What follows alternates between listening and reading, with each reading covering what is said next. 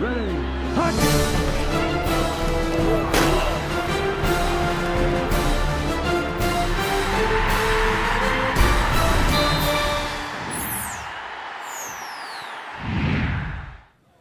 There were undoubtedly a couple of extra motivating factors for the Sooners as Texas A&M blew into Norman for one final time before exiting stage left for the SEC. Number one, re-established dominance here at Owen Field after having that 39-game home win streak snapped by Texas Tech.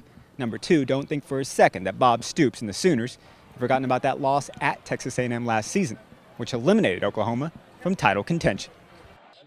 One thing both teams had to contend with on Saturday was the wind. Consistently blowing in excess of 30 miles per hour, it wreaked havoc throughout the first half, killing the kicking game and making moving the ball through the air very difficult. But Landry Jones was able to find his favorite receiver, Ryan Broyles, midway through the first quarter for an impressive 57-yard gain. That pass, the longest of the day for the Sooners, eventually led to the 2-yard touchdown run for redshirt freshman quarterback Blake Bell.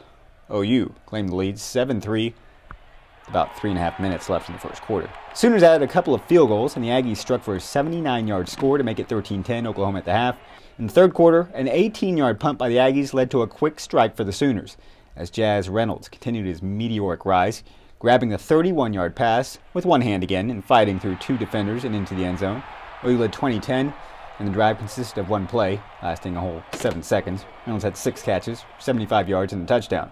Meanwhile, less than a minute later, R.J. Washington tips the Ryan Tannehill pass up into the air and into the hands of Ronell Lewis, who rumbles 11 yards down to the A&M 28-yard line.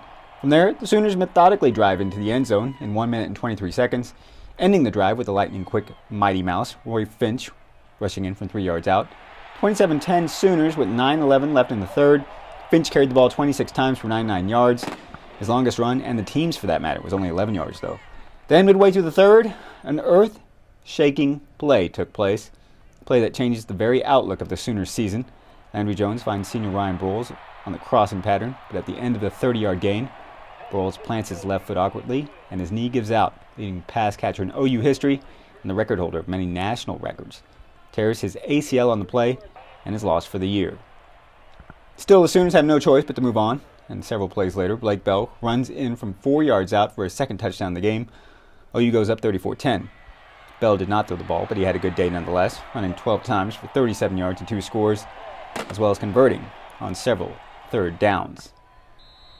On the Aggies' very next play from scrimmage, Jamel Fleming intercepted Tannehill's pass, and OU once again capitalized, as Landry Jones found Kenny Stills open for the 39-yard touchdown pass. The drive took, once again, 7 seconds. OU had scored 4 touchdowns in less than 7 minutes and turned a slim 3-point halftime lead into a 31-point blowout with almost 20 minutes remaining. Kenny Stills hampered by a sore hamstring and only 2 catches for 44 yards. Landry Jones, hampered by a horrific wind, completed only 18 of 38 passes for 255 yards with no interceptions. Oklahoma wins it 41-25 as A&M coach Mike Sherman loses in almost certainly his final visit to Owen Field, but afterward all the talk was about the loss of the Sooners' most dynamic player.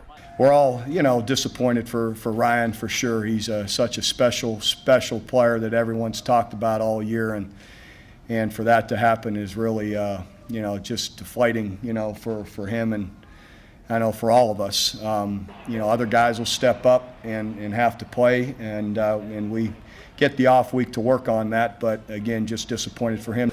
I think it's just him, physical presence on the field. Have someone like Ryan, All-American last year, probably the best wide receiver to ever come through this place, or one of the top. So just have someone like that go down and in such a way, it's just a bad deal all around. But we'll move on, and someone else will have to step up and play. He is our impact player, and man, I didn't even know that, and that's sad to hear. I mean, really I can't put it in words, how it's going to affect the team. But we're going to bounce back, and it's going to be some shoes to fill, and we got guys that are playmakers who can come, step up and fill the shoes. He's a captain. He's a kind of like the focus point of our offense, and he's a big part of the whole team. And to lose a captain it's tough, but we have to keep going. Being this is the team sport that it is, it presents an opportunity for somebody else to step up and make some plays, and is it going to be one guy? No. Ryan's irreplaceable in that respect. It's going to be a group of guys coming together and finding a way to compete and get better and win some ball games. I wouldn't say every game, 20, 25, 30 carries a game, but I feel like I can do it if, like tonight, it was called for us to, run the ball, and we had to establish the run. And I feel like that's not going to be called every game. Maybe our game plan might switch up sometimes, maybe more of a pass type of game to set up the run. But today it was more of the run setting up the pass. So I felt very comfortable, and however the coaches want to give me the ball, I just got to be prepared and mentally prepared to be ready to go.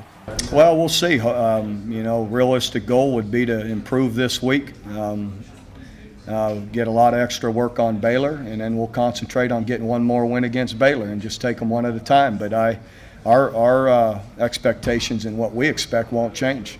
So Oklahoma gets back on the winning track at home, but at a very hefty price. 1 week after losing starting running back Dominique Whaley, Oklahoma loses the top receiver in the program's history in Ryan Broyles.